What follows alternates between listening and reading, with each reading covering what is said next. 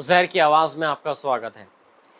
मंगलवार की सुबह गज़ा में भूखमरी से जूझ रहे हज़ारों फ़िलिस्तीनियों ने इज़राइल और अमेरिका समर्थित गज़ा ह्यूमैनिटेरियन फाउंडेशन यानी GHF द्वारा स्थापित एक नए सहायता वितरण केंद्र तक पहुंचने के लिए गर्मी में कई किलोमीटर की यात्रा की। इनमें से कई लोग पैदल ही रफ़ह पहुंचे, जहां भोजन और अन्य आवश्यक सामग्री की आस में लंबी कतारें लगी हुई देखी गईं। 35 साल की वलाला अबू सादा, जो 3 बच्चों की मां हैं, उन्होंने अकेले रफ़ा की यात्रा की। अल जज़ीरा से बातचीत करते हुए उन्होंने कहा, मेरे बच्चे भूखमरी के कगार पर थे। न दूध, न खाना, ना ही बच्चों के लिए कोई फार्मूला जो उनका पेट भर सके। वे दिन रात रोते थे और मुझे पड़ोसियों से बचे हुए टुकड़े मांगने पड़ते थे। पहले संयुक्त राष्ट्र द्वारा संचालित वितरण नेटवर्क में गजा पट्टी में लगभग 400 सहायता केंद्र थे, लेकिन GHF ने 20 लाख की आबादी के लिए केवल 4 मेगा साइट्स स्थापित किए हैं।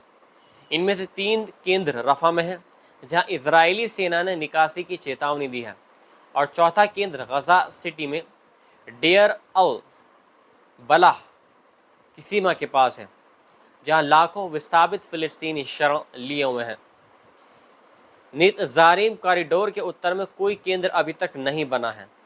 संयुक्त राष्ट्र और सहायता समूह ने GHF पर मानवीय सिद्धांतों का पालन न करने का आरोप लगाया है।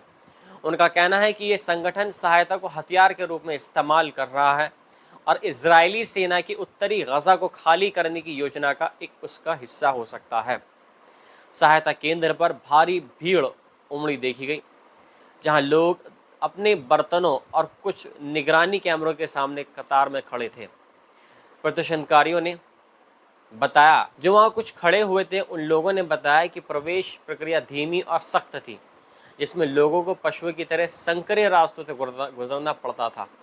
सहायता पाने के लिए लोगों को ID जांच और आंखों की स्कैनिंग से गुजरना पड़ा। गर्मी में लंबे इंतजार से बेचैन भीड़ ने अंत बाड़ तोड़ दी। GHF ने दावा किया कि मंगलवार को 8,000 खाद्य बक्से वितरित किए गए, जो 4,62,000 भोजन के बराबर है।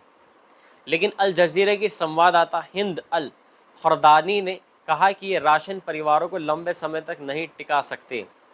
खुरदानी ने बताया कि एक सामान्य बक्से में 4 किलो आटा, कुछ पैकेट पास्ता, 2 डिब्बे फवा बीन्स, 1 पैकेट चाय की पत्तियां और कुछ बिस्किट इसमें शामिल थे।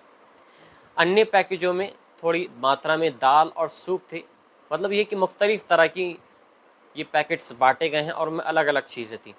एक फ़िलिस्तीनी पिता ने मीडिया से कहा कि हम भूखमरी से मर रहे हैं, हमें अपने बच्चों को खिलाना है, वो भूख से मर रहे हैं, इसके लिए मैं कुछ भी कर सकता हूँ। हमने लोगों को दौड़ते देखा है और हम उनके पीछे भाग रहे थे। भले ये जोखिम भरा था, लेकिन डर भूखमरी से बदतर नहीं है।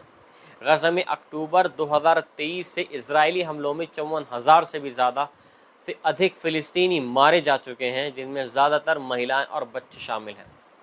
संयुक्त राष्ट्र और मानवाधिकार समूह ने इसराइल की नीतियों की कड़ी आलोचना की है, जिसमें सहायता वितरण में बांधा और उत्तरी गजा को खाली करने की रणनीति में शामिल है। GHF के सहायता केंद्रों पर सख्त निगरानी और सीमित पहुँच ने फिलिस्तीनियों के बीच हताशा को और ज़्यादा बढ़ा दिया है। अंतर्राष्ट्रीय समुदाय से इस मानवीय संकट को हल करने की मांग तेज़ हो रही है।